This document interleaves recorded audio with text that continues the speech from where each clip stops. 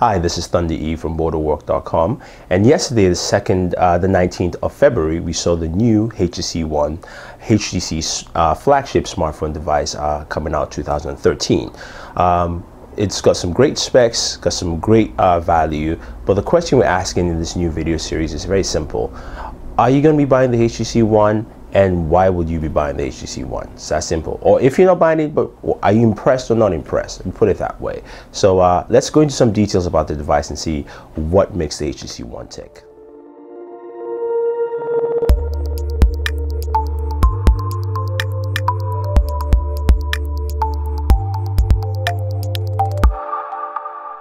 Alright, so taking a look at the HTC One, you can see it's a flush device.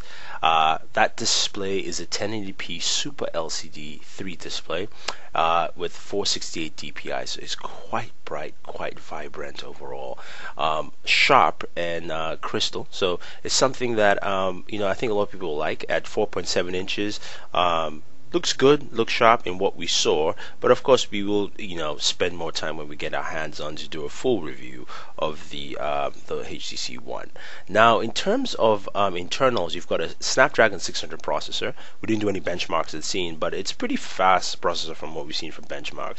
Also has 2 gigabytes of RAM, and HTC has gone with no micro SD, but with 32 gigabytes as well as 64 gigabytes variants for internal storage in either silver or black. Now, in terms of the hardware casing itself, this is a unibody aluminum build with 0 gap, so which means there is no gap at all to it whatsoever. And as you look at the back, you can see that it's also got that Ultrapixel camera. See, it's a wide angle lens, f.2 aperture, but what Ultrapixel really means is that the pixel sizes are much larger, which means it takes in more light. And we're not told the camera sensor, but really it's a 4 megapixel camera.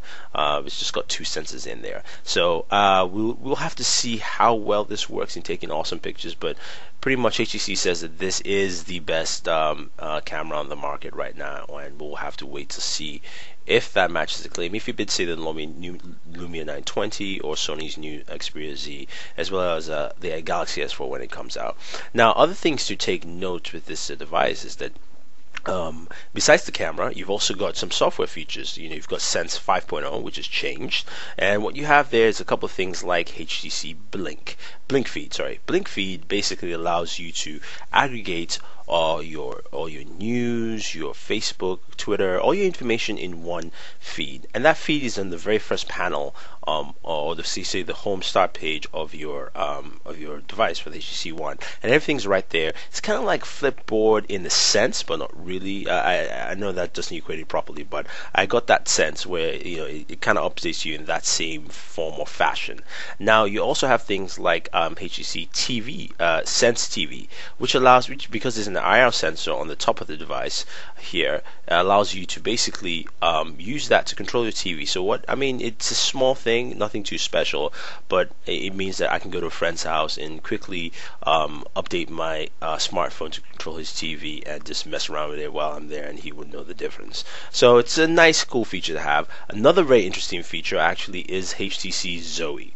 Now, Zoe is a software additive that allows you to basically take a 3-second clip, which in that clip you can get 20 photos from there. You can edit it, you can make your own types of clips if you want to, and basically have this very robust, almost studio-like presentation, and you can share it through social networks through the Zoe platform.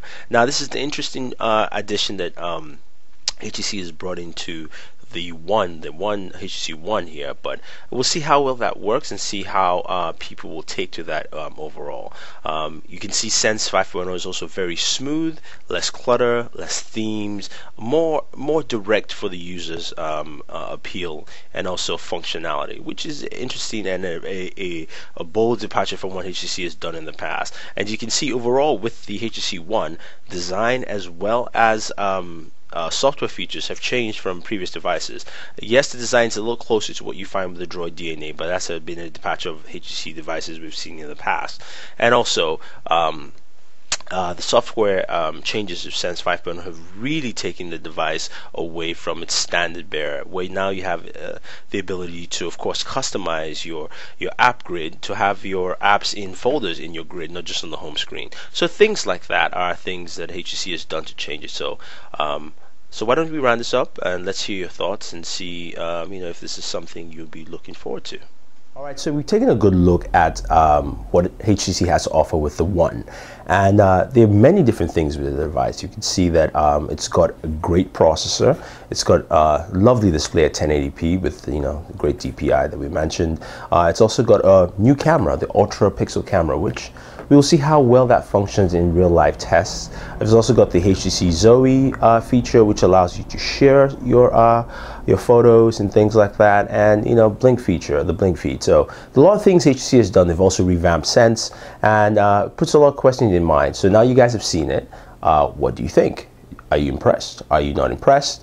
Will you buy it? Will you be getting from your respective carriers, AT&T, Sprint, T-Mobile, or the 185 carriers worldwide if you're one of our international viewers? So it's a very simple question. Are you impressed with the HTC One, and will you be buying it? So again, leave your comments down below with this video, or if you're watching off the website at Booredatwork.com, definitely leave your comments in the comment section of the post. Also, don't forget to subscribe to us on YouTube. Just hit the subscribe button up there, and yeah, follow us on Twitter, follow us on Facebook. It's all Bored at Work. We have the links for you within the description of this video. Till next time, guys, thank you, and always enjoy entertainment.